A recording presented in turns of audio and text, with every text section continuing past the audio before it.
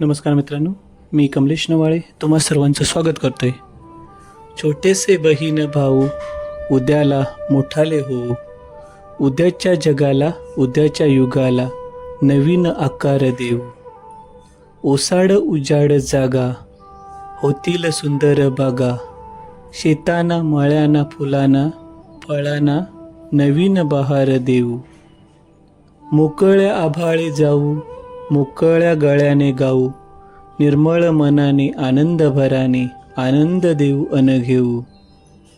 प्रेमाने एकत्र राहू, नवीन जीवन पाहू, अनेक देशांचे भाषांचे वेशांचे अनेक एकच होऊ. मित्रांनो, ही होती वसंत बापट यांची सुंदर अशी कविता. आपण जवळजवळ लहान असतानाही अनेक जणांनी ही कविता वाचलेली आहे, कविता तालासुरात म्हटलेली आहे. खरंच मित्रांनो, छोटे होतो हा म्हणता कधी मोठे झालोत, स्वप्नरंजनाच्या या विश्वात कधी येऊन पोचलो हे कोणालाच कळलं नाही. पण या स्वप्नरंजनाच्या विश्वात येत आल्यावरही आपल्याला नेहमी आठवते ती आपली शाळा. आणि ही शाळा सर्वांनाच सुंदर वाटत असते. कितीही आठवणी काढल्या, कितीही आठवणी जागर केल्या तरी शाळेची आठवण परत परत काढण्याचा मोह कोणालाच आवरत नाही. मित्रांनो, शाळा म्हणजे काय?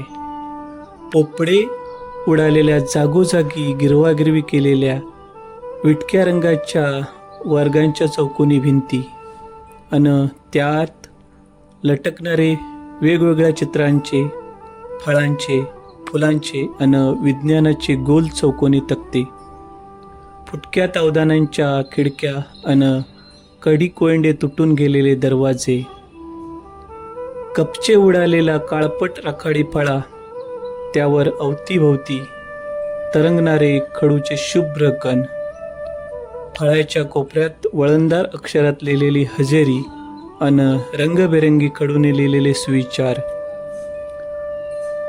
फळ्याला लागून असणारे डगमगणारे लाकडी टेबल आणि 4 पायापैकी एक पाय किंचित मोडलेली, सुईट्या उडालेली लाकडी खुर्ची, टेबलाच्या ड्रॉवरमध्ये पहुडलेला पिवळा डस्टर आणि त्याच्या पांढुरक्या राठ स्पंजचा हवा हवासा मुलायम स्पर्श,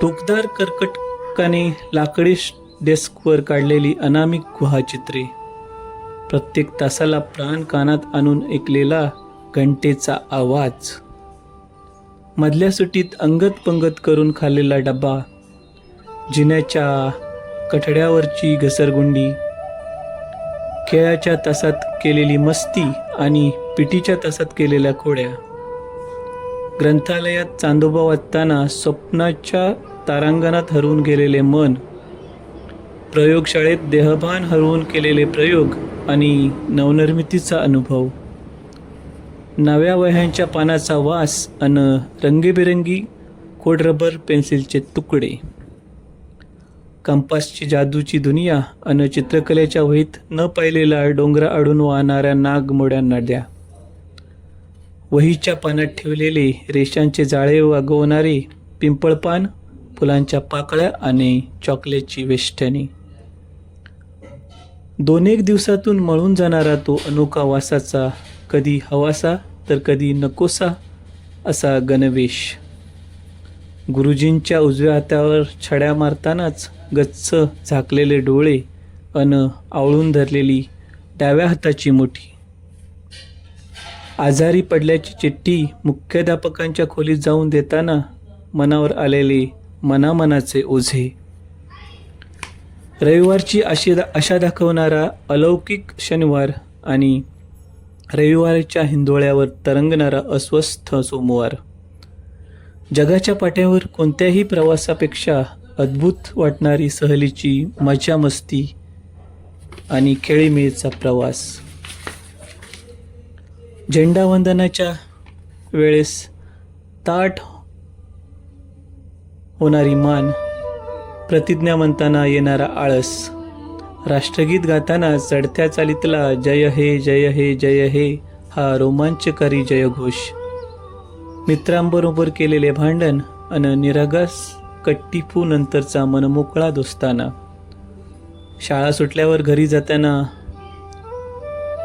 केलेल्या विविध करामती, दिवाळीच्या सुट्टीनंतर मनाला नवा रूप देणारा दिवस, परीक्षा आणि अभ्यासाची धास्ती देत राहणारा नोटीस बोर्ड, अकस्मात सुट्टीच्या सूचनेचा कागद गुरुजींनी वाचताच जगज्जेत्या सिकंदरासारखा होणारा तो आनंद, प्रगती पुस्तकाची हळवी प्रतीक्षा अन उन्हाळ्याच्या स्वप्नवत सुट्यांचे केलेले अंदाज, 10वीच्या शेवटच्या दिवशी सेंड ऑफसाठी हळवे होऊन चष्मा काढण्याच्या बहाण्याने अलगद डोळे पुसणारे गुरुजी अन मिठी मारणारे शिपाई काका, पाया पडण्याआधीच आशीर्वाद देणारे ती माणसं.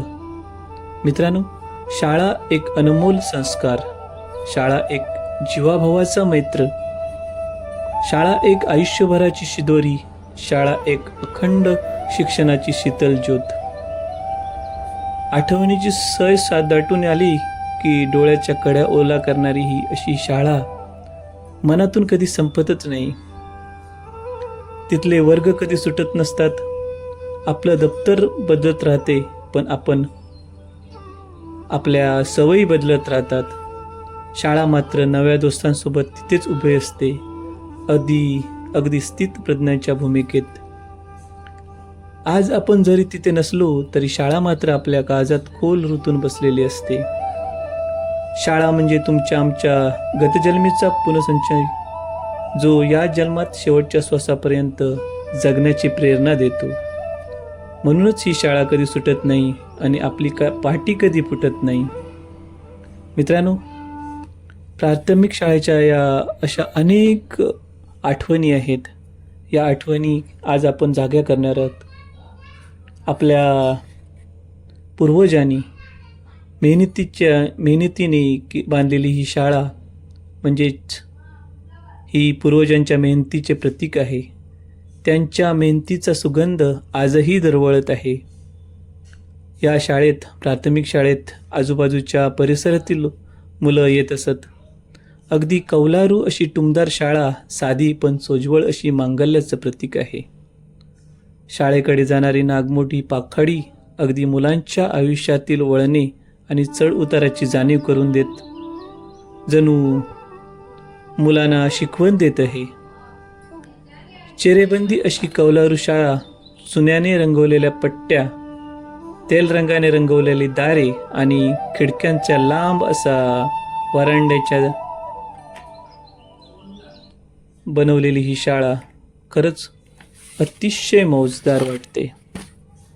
शाळेच्या आजूबाजूला असलेले कुंपण, शाळेच्या दोन्ही बाजूला असलेली मैदाने, शाळेच्या कुंपणाच्या कडेने असलेली मुलांच्या मेहनतीने फुललेली बाग, शाळेच्या सभोवताली असलेली ही बाग म्हणजे अगदी मुलांच्या मेहनतीचं प्रतीकच समजावं लागेल. वेगवेगळ्या फुलांनी सजलेली ही बाग म्हणजे मुलांच्या श्रमाचं प्रतीक होतं.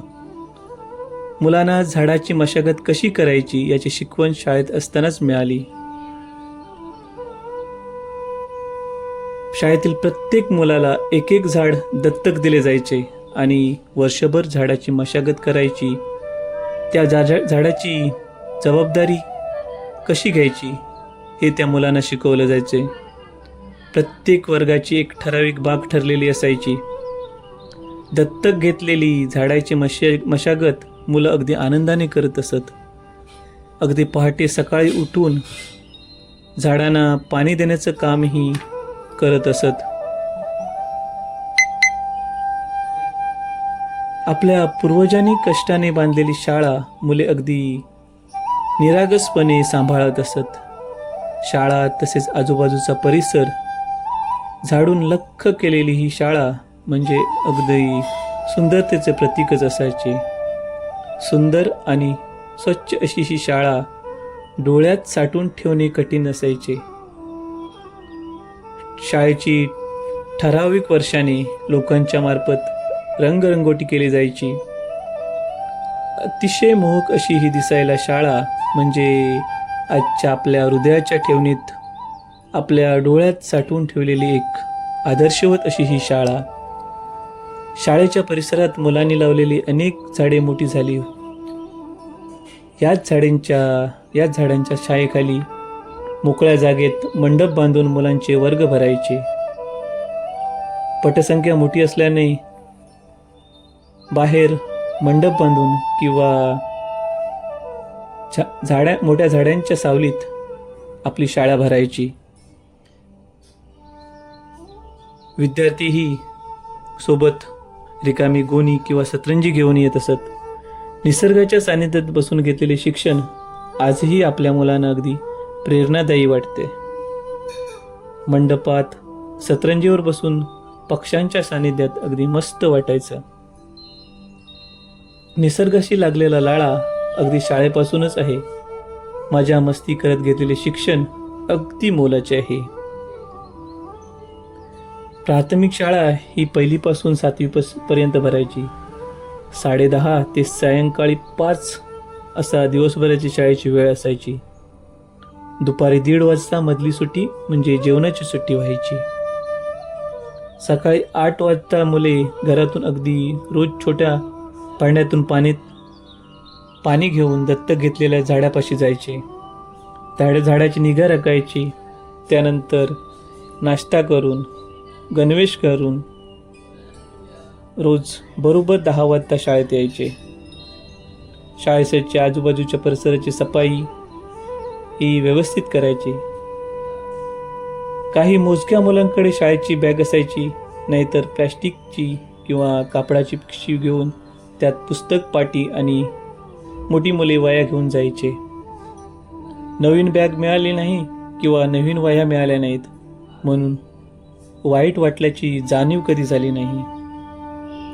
कारण मित्रांनो मुलांना परिस्थितीची जाणीव ही अगदी लहान असल्यापासूनच झालेली असायची.